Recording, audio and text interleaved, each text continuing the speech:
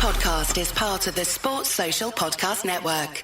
All of the phones are out, and it will be a gold medal for the host nation. Rory McIlroy has made a good start to his final round of the Olympic men's golf tournament here at Le Golf National. He birded the first par 4. And the young man from Lewisham is going to take the gold medal here. It's going to be an individual gold medal for Alex Yee and Team GB. For me, every edition of the Olympic Games is the best ever.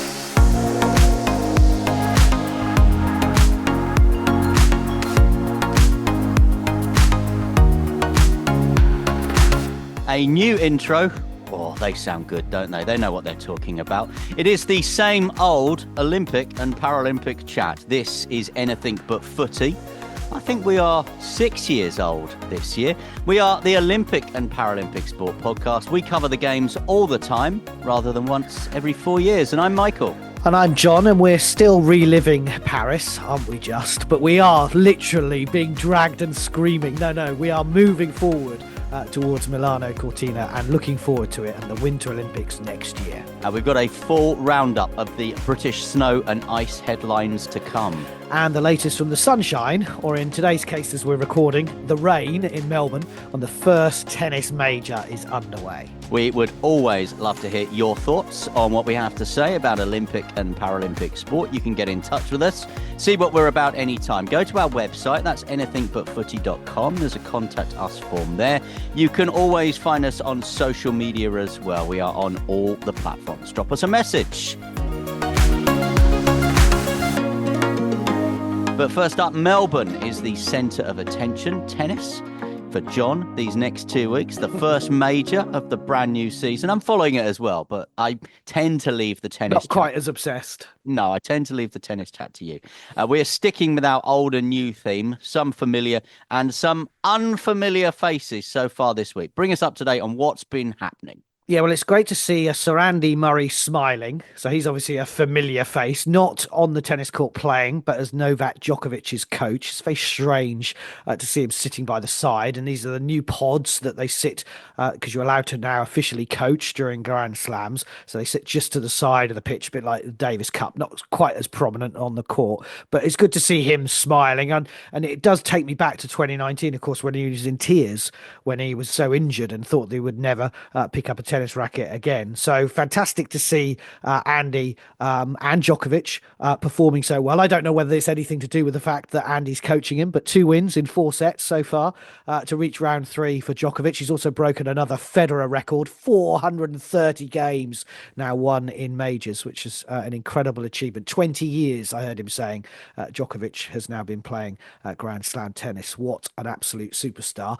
But also watching out, of course, for some of the youngsters. Now, we know all about Carlos Alcaraz. Of course, he's easily through to the round 3 as well. But 18-year-old João Fonseca of Brazil. Now, he beat Andrei Rublev in the first round, the 9th seed in straight sets. Absolutely a powerful teenager. And you just wonder whether there is now some youngsters coming through who are 19, 20, 21, and really beginning to change the way that tennis will be in 10 years' time. So really great to see from a men's point of view. Now, 6 Brits made it to round 2. That's the first time that's happened in Melbourne. 4 British women for the first time since 1991, including number 1 seed from Britain, of course, and the 22nd seed for the championships, Katie Boulter.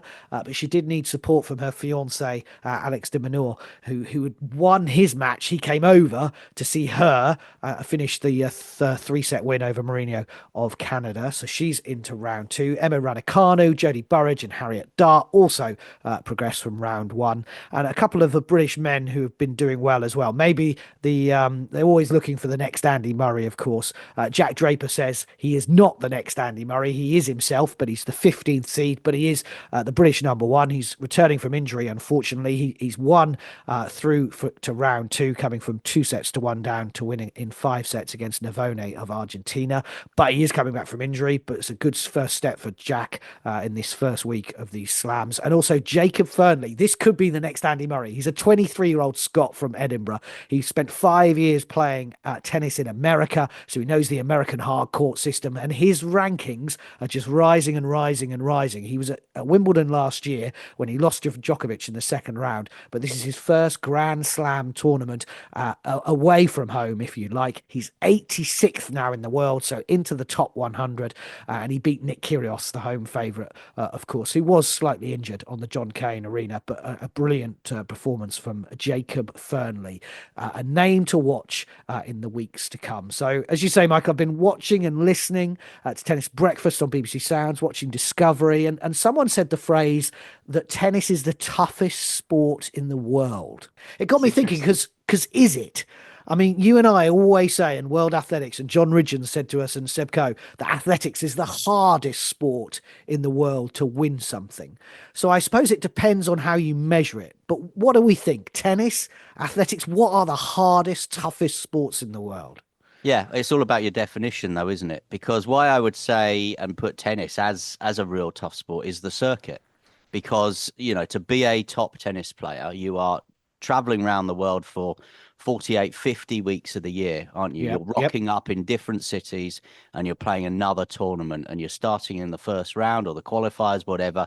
And if you want to be successful, if you want to be the best, you're going through to the final. You're then winning that final and then you're flying off and you're off to do the next one. And that is relentless. And that is, I think, what makes tennis a really tough sport. Golf is very similar in terms of its circuit. Oh, come on, it's a war. But I don't think the physicality is there with golf. I think we probably underestimate the level of physicality in modern golf. I think if you look at the modern golfers and, you look back at the archive of the golfers of the 80s and maybe the early 90s, I think it is a very different sport. But yeah, I think from that point of view, tennis is really tough and takes a toll because you are constantly on the road. You don't get time at home.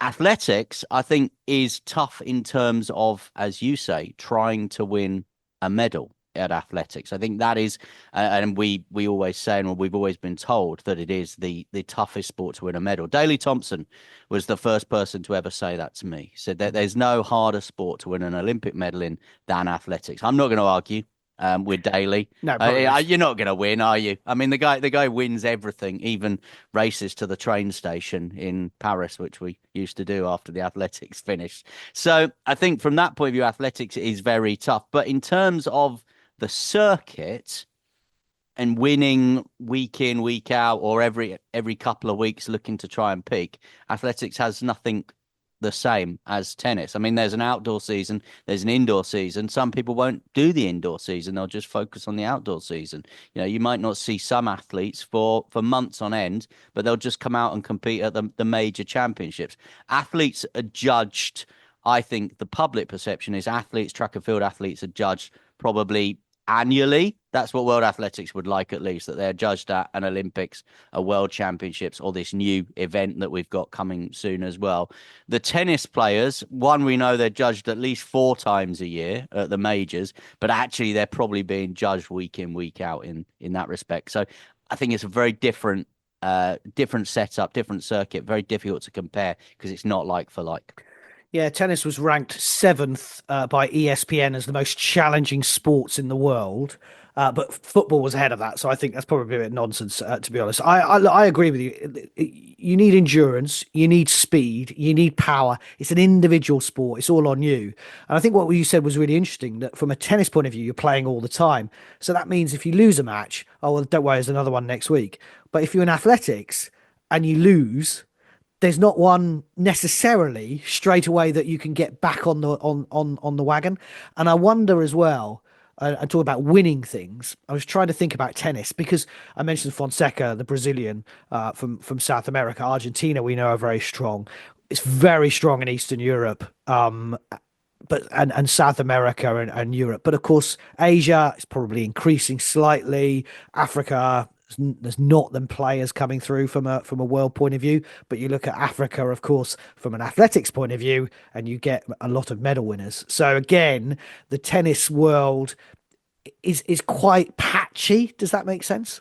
Yeah, and I think you look at the statistics from Paris, and we saw people like Julian Alfred winning a gold medal from St. Lucia, Thea Lafon from Dominica winning a gold medal. We saw more medals going to more countries. I think when you start drilling down that information from Paris, the amount of different countries that were represented in finals as well, which I think is an interesting thing. It is truly a global sport. I mean, John Bridgen says it's one of the two truly global sports, football being the other one, of course. That is what makes winning medals in athletics very tough. Just to widen it out a little bit, I mean, you talk to the rowers or the swimmers, they will say and point to the fact, that they are in the pool, the swimmers, at 5 o'clock in the morning, because that's when they have to go and train, because that is the way in this country our pools are kind of set up. So you've got the leisure swimmers that come a little bit later, but if you're an elite, you've got to go first in the morning.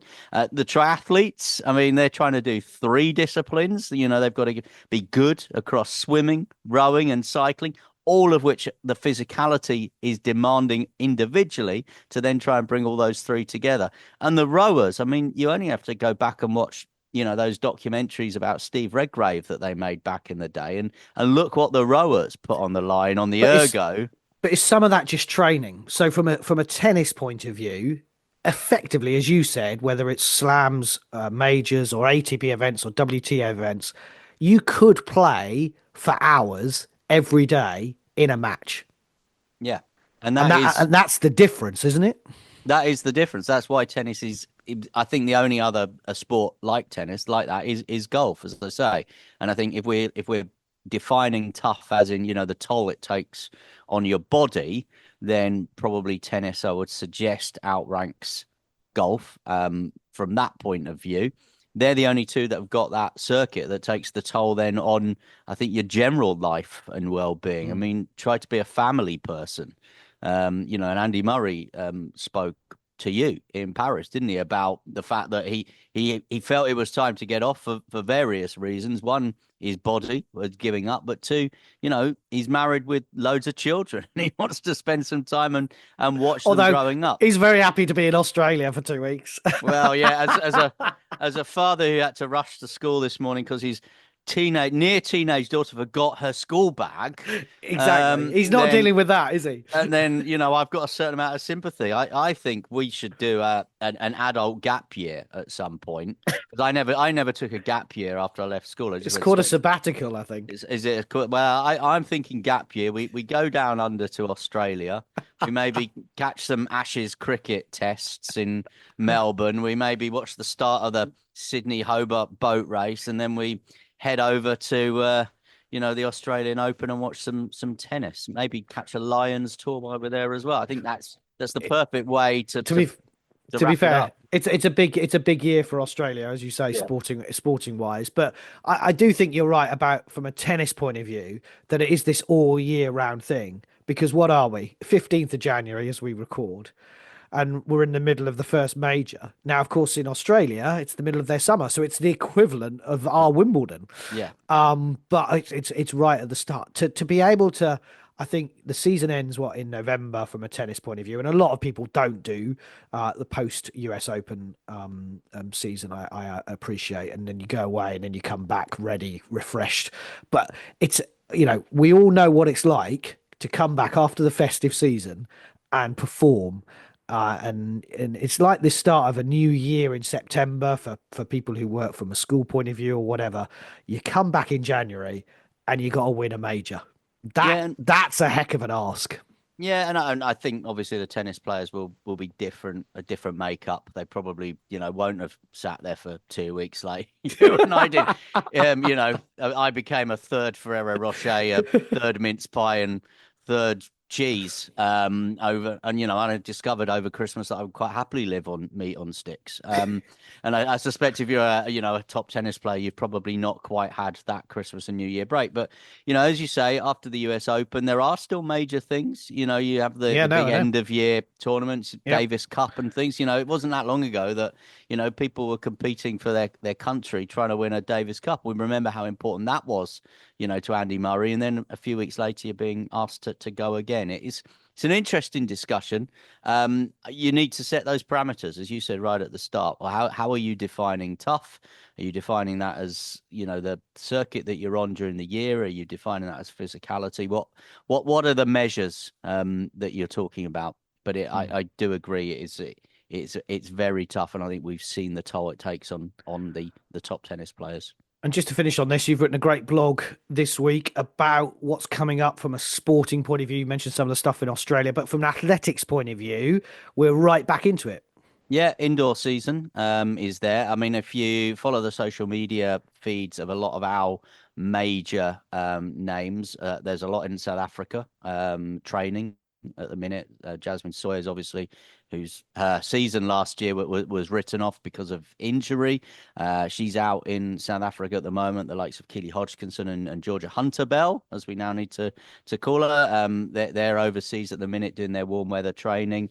Daryl Neater, Dina Asher-Smith, some of them are in America. Adam Jamili has now come back and he's training at home, hoping for one final hurrah. So, all the athletes are very much back in their training. And the indoor season is upon us domestically. We've got this new event, the Keely Classic in Birmingham in the middle of February, 15th of February. She'll be attempting a world record during that. So that's something that's exciting. Molly Cordery, the pole vaulter, has been named that she'll be competing at the Keely Classic. And then the weekend later is the British Indoor Championships in Birmingham, which of course will be a decent indicator where our British hopes are, because we do have a European Indoor Championships in athletics in the Netherlands, and then we have a delayed World Indoor Championships, which were meant to take place in China back in 2020. Oh my goodness. Finally, we're going to get them in 2025. That is incredible, and well worth checking out the blog, as Michael said earlier, on the website, anythingbutfooty.com. And tell us as well, let us know, what's the toughest sport out there? Tell us what the toughest sport is. We'd love to hear from you on that. Let's round up some of the other news from the games. We are, a little over a year away from the next Commonwealth Games. We know it's going to be in Glasgow. We know what the plan is, but what next? The CGF has issued a statement this week, as told to us by Katie Sadlier at the end of last year when she was a guest on our Great British Bosses podcast. It's inviting its 74 Commonwealth Games associations to lodge formal expressions of interest for the 2030 Games. That will be the Centenary Games and future editions of the Commonwealth Games as well. And as part of this, they've been discussing too that the organisation wants potential hosts to be innovative and work collaboratively through a co-creation process on proposals for delivering the game. So I think, unlike the plan previously, where it's like, this is what we need, can you stage it, can you do it, can you build the venues, can you put the infrastructure in place, it's to say to countries, regions, cities, what have you got? How can we fit into what you already have, so there's not that massive price point that we saw obviously escalate through Gold Coast and Birmingham and some of the other games before it, the arms race, as I've previously called it. Now it's about saying, look, what venues have you got? What arenas have you got? What experience have you got? What people have you got? Okay, we'll fit in around that model. Now, breaking news doesn't really work on a podcast, but we do have some breaking news to bring you. Coco Gauff has won her second round match against Jodie Burrage of Great Britain. So we do have one fewer Brit left in the Australian Open that we were talking about earlier. So Coco Gauff, of course, seeded 3. She could actually become world number 1 later this year after ending last year so strongly. She is progressed to round 3. She's beaten Jodie Burrage, who's only just back from a long injury to her wrist and also ankles. 6-3, 7-5 in the Australian Open in Melbourne. This is Anything But Footy, the Olympic and Paralympic sport podcast. The race to be the next president of the IOC. We'll discuss that very shortly. And our winter news from the Games on the way as well. At your job, do you ever have to deal with a nose roller? How about a snub pulley? Well, if you're installing a new conveyor belt system, dealing with the different components can sound like you're speaking a foreign language. Luckily, you've got a team ready to help. Grainger's technical product specialists are fluent in maintenance, repair, and operations. So whenever you want to talk shop, just reach out. Call, click Grainger.com, or just stop by. Grainger, for the ones who get it done. This is Anything But Footy, and before we get into the Winter Games, the London Marathon is set to be a Paris party. We've been talking about not looking back quite as much, Michael, looking ahead to Milano Cortina, which I know we will in a minute. But indulge me here slightly because Safan Hassan, Tamarit Tola, Catherine De Bruyne and Marcel Hug, all Paris 2024 Olympic and Paralympic marathon champions, will be in London this April at the 2025 TCS London Marathon. It's going to be great to see them performing, and they're going to face some real tough opposition because new world record holder Ruth Chepngetich will also take to the streets of London. In Chicago, of course, she became the first woman to break the historic 2-hour 10-minute barrier in the marathon. Peres Chepchirchir also returns, the reigning London champion. And in the men's field, it's been announced that defending champion Alex Matisa of Kenya will also return to defend his title. We're expecting more announcements this week, hopefully with some British runners in there as well. And we also know, of course, friend of the pod and Olympic champion, triathlon champion Alex Yee will also be pounding the streets in April. And we will be there because we'll be covering it for Talk Sport this year. Looking forward to being back in London for that one. Further updates now on the appointment of the new IOC president. So we've got the old one, Thomas, back in our new intro. We might have to replace that shortly.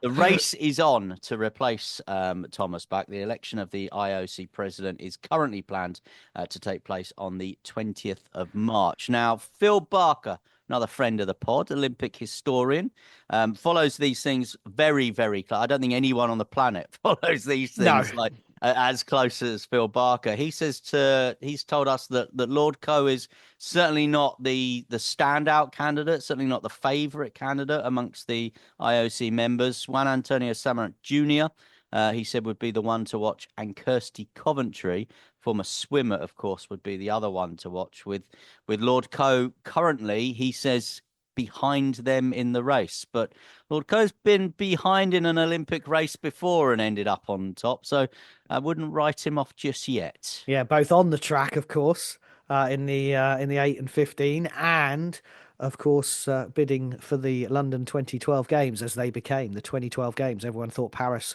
was the front runner, and Seb managed to take them on the bend. So we will see. Could be the first female IOC president, of course, if it's Kirsty Coventry, and Samaranch, of course, is a name synonymous with the Olympics as well. I think around the world that might be quite a popular decision. Maybe a future one as well could be Tony Estanguet, because the 3-time canoe slalom champion and, of course, the president of the recent, I'm going to mention it again, Paris 2024 Games. He has been, or he will be, appointed by the executive board the executive board have approved it, so it now needs to get the full IOC thumbs up when they have the IOC session that Michael was talking about in Greece in March. But he will be, has been nominated for election as an individual IOC member, which is quite a rare thing to do. But they did put on quite the games, didn't they, in Paris? I've mentioned it again.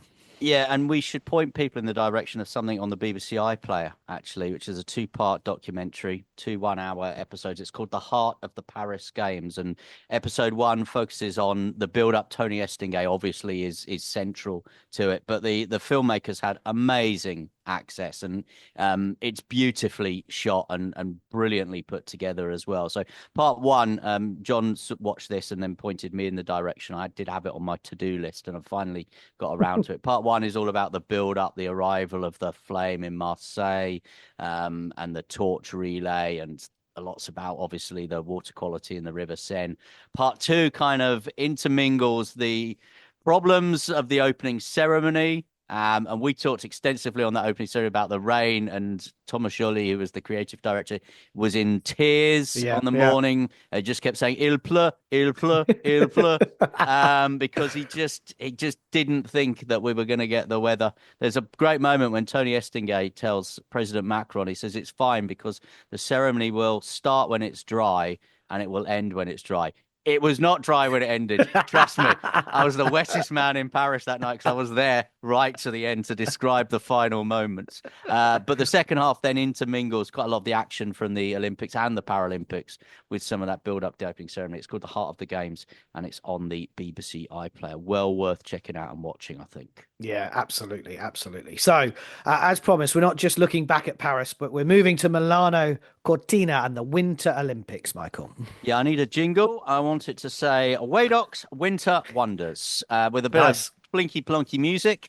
This is the start of a occasional series on the podcast. It's been actually, joking aside, a tremendous start to 2025 for our Team GB and potential Team GB winter athletes. And I think I use the word potential there deliberately because I think we saw how difficult it is to predict medals at the Winter Games. I think we saw that in Beijing. Obviously, there were lots of variables, I think, with that Beijing post-COVID Winter Olympics. And certainly from a Team GB point of view, it wasn't as successful in terms of a medal return as we had hoped and anticipated.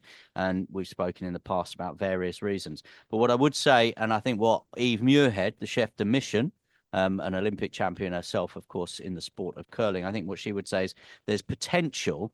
And I think what will please UK sport as the funding bodies, what should please Olympic and Paralympic fans as well, is that potential exists, I think, across a number of sports and a number of disciplines and a number of names. And that is something that, you know, the gold medal tally, we're going to go back to Paris. The gold medal tally in Paris wasn't as high as perhaps we'd anticipated. But again, there were lots of medals across lots of different sports. And I think there's the potential for that again in Milano Cortina. Let's just run through some of the headlines then over the first couple of weeks of 2025. We'll start with bobsleigh.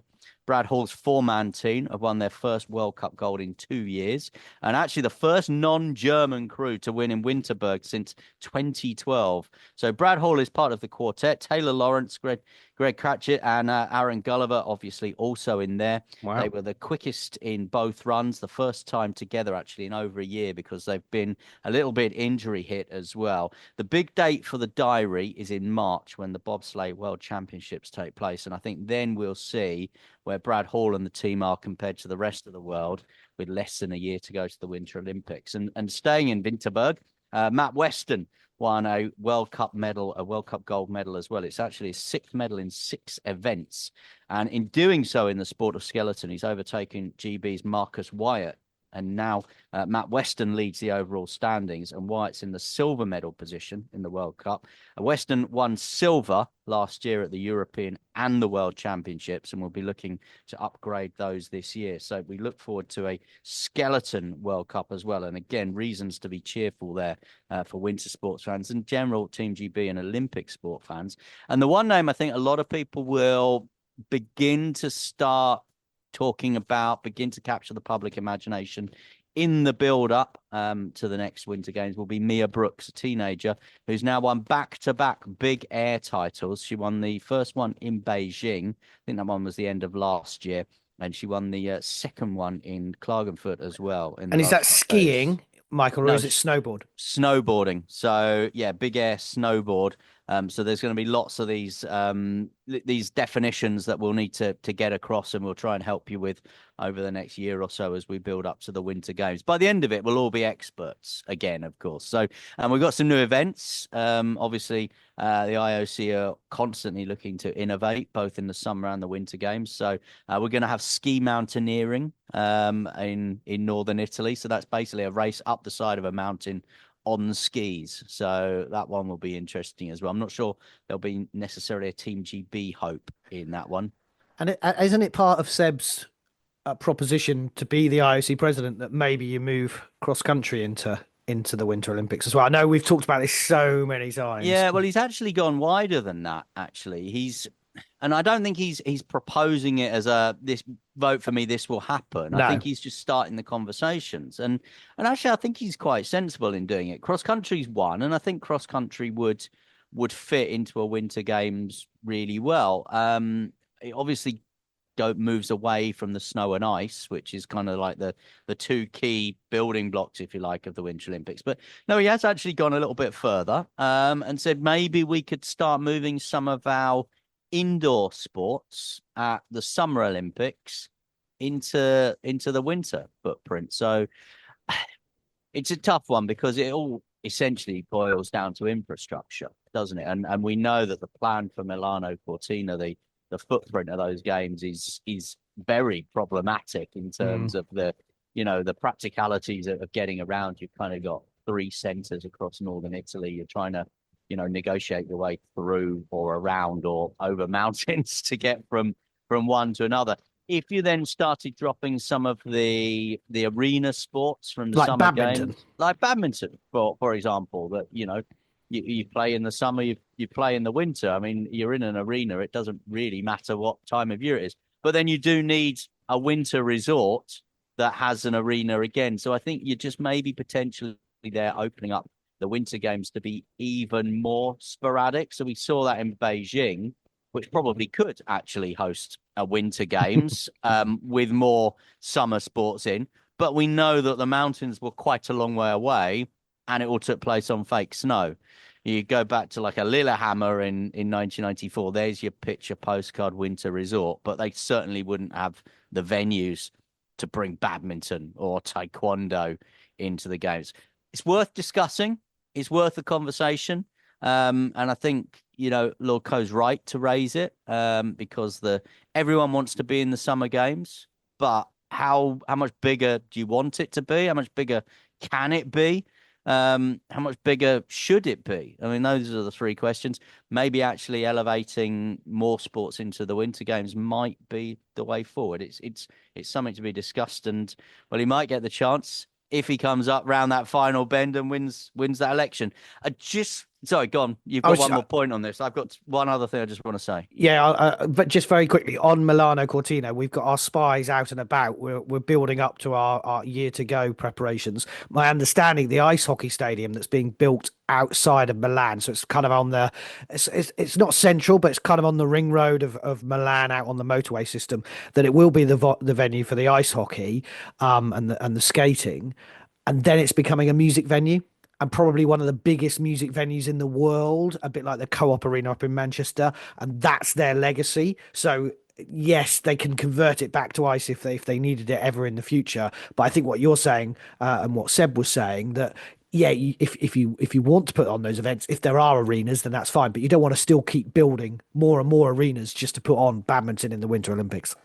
Yeah, we can't do that. I think the time has come now, and I think Paris showed that absolutely brilliantly. That there is no point in a summer or winter games of building, for most countries, 25 brand new shiny venues. I mean, you go back to Sochi and they built basically a kind of Winter Olympic Disneyland there. They built this huge Olympic park. I think it would be very unlikely until the games start going to places like Saudi Arabia or Indoors or Qatar. It will be very unlikely, I think, that any future winter games host. And we know that we're going to be in northern Italy.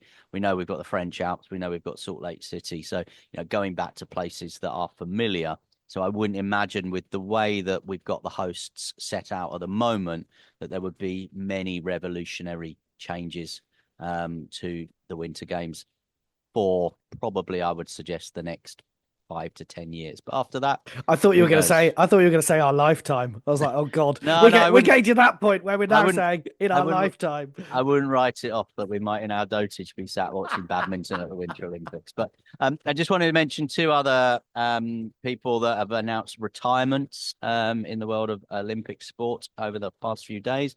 Our best wishes to Declan Brooks, who obviously won a bronze medal in Tokyo in the BMX freestyle, who's announced his retirement from that. Seems to be spending a bit of time on the golf course now. So who knows? Declan might come back in another Olympic sport. But yeah, great guy, Declan Brooks.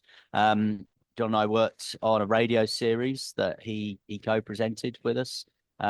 Terrific memories of him winning that bronze medal in Tokyo as well. So best wishes to Declan. And Dan Goodfellow, the diver, has also announced his retirement. A medalist, of course, with Tom Daley in Rio de Janeiro in 2016. Dan Goodfellow has also announced that he will not be continuing in competitive diving. And I've got on my to-do list for the next week to create a Waydock Winter Wonders jingle. It will appear very soon in the podcasts. AI. He's gonna be using AI. It's gonna be creeping into the podcast soon. They won't even need you anymore. And this is where you need to switch us off, because that is the end of this episode of Anything But Footy. Don't forget, you can always find us on any of the social media platforms. Just give a search to Anything But Footy. We have a latest blog that we've written looking into some of the key dates of 2025 with a particular focus on winter sports and some of the big things coming up over the next few months. That is on our website, anythingbutfooty.com. You can always send us a message there as well through the Contact Us form, or just look at our pictures from Paris 2024. They are on there as well. You can still listen to our Spotify Olympics music playlist. It's still there on Spotify. We have added Gala's Free From Desire onto it as well, so you can hear that. And do stay with us on Anything But Footy. We're moving to Milan and we're looking ahead to LA. Michael Weddock's Winter Wonders.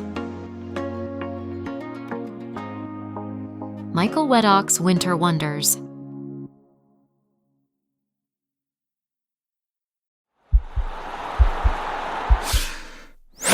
This podcast is part of the Sports Social Podcast Network.